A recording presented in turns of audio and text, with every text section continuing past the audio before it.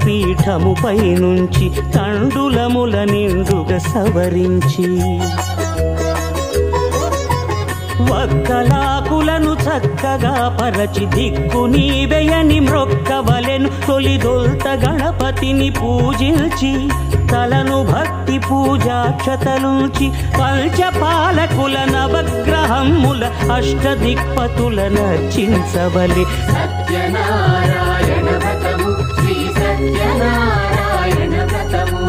సత్యనారాయణ వ్రతము శ్రీ సత్యనారాయణ వ్రతము